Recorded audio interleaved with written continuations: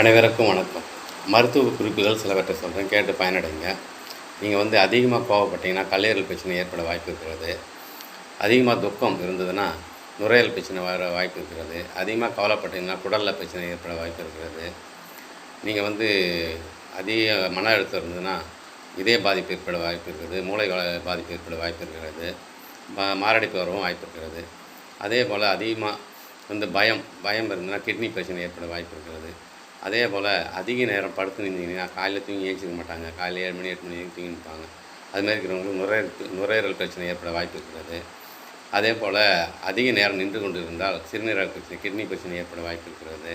அதே போல் ஒரே இடத்துல ஆஃபீஸில் உட்காந்துருப்பாங்க 5 மணி நேரம் 6 மணி நேரம் ஏஞ்சி நடமாட்டமாக ரிலாக்ஸ் ஆக மாட்டாங்க. அவங்களாம் மண்ணீரல் பிரச்சனை ஏற்பட வாய்ப்பு இருக்கிறது. அதே போல் உடல் உழைப்பு அதிகமாக கொடுத்ததுன்னா கல்லீரல் பிரச்சனை ஏற்பட வாய்ப்பு இருக்கிறது. அதே போல் தூங்க மாட்டாங்க. நைட்டில் டிவி பார்க்குறது, செல்லு நோண்டுறது, ரொம்ப நேரம் தூங்காமல் இருந்தாலும் மாரடைப்பு வர வாய்ப்பு இருக்கிறது. இதய பிரச்சனை வர, மூளை பாதிப்பு ஏற்பட வாய்ப்பு இருக்கிறது. இதெல்லாம் சுத்தப்படுறதுக்கு எப்படின்னு பார்க்குறேன். நுரையீரல் சுத்தமாகிறதுக்கு வில்வ இலையே ஒரு கைப்பிடி அளவு எடுத்துக்கங்க. ஒரு டம்ளர் தண்ணியில் கொதிக்க வச்சு வடிகட்டி காலையில் வெறும் வயிற்றில் குடிச்சுடுவாங்க. எப்பேற்பட்ட நுரையீரல் பிரச்சனை, ஆஸ்துமா எல்லாமே கிளியர் ஆகிடும், சுத்தமாகிடும் நுரையீரல். அதே போல் கிட்னி கிளியர் ஆகிறதுக்கு ஒரு இளநீ வெட்டிங்க, கண் திறந்து கல்கண்டை போட்டு அதில் மூடி வச்சுருங்க. காலையில் எழுந்துச்சி வெறும் வயிற்றில் குடிச்சுடுவாங்க. கிட்னி சுத்தமாகிடும். அதே போல் கல்லீரல் சுத்தமாகணும்னா நம்ம ஒரு 1/4 கிலோ சுரக்காய் எடுத்துக்கோங்க. சுரக்காய் தோல் சீவிட்டு நல்லா மிக்சியில் போட்டு அடித்து சாறு எடுத்துக்கோங்க. ஒரு கைப்பிடி அளவு கொத்தமல்லி எடுத்துக்கோங்க. ஒரு துண்டு இஞ்சி, ஒரு அரை எலுமிச்சம்பழம், இது 4ஐயும் போட்டு கொதிக்க வச்சு வடிகட்டி காலையில் வெறும் வயிற்றில் குடிச்சுடுவாங்க. கல்லீரல் சுத்தமாகிடும். அதே போல் இதயம் சுத்தமாகணும்னா ஒரு எலுமிச்சம்பழம் எடுத்துங்க, ஒரு துண்டு இஞ்சி எடுத்துங்க. 2ஐயும் போட்டு கொதிக்க வச்சு வடிகட்டி தேன் கலந்து காலையில் வெறும் வயிற்றில் குடிச்சுன்னு வந்தீங்கன்னா எப்போ இதய நோய்கள் வராது, இதயம் சுத்தமாகும். அதே போல் இருவாச்சி தழைன்னு ஒன்று இருக்குது, அதை ஊறுகாய் சாப்பிட்டிங்கன்னா இதயம் பலப்படும்.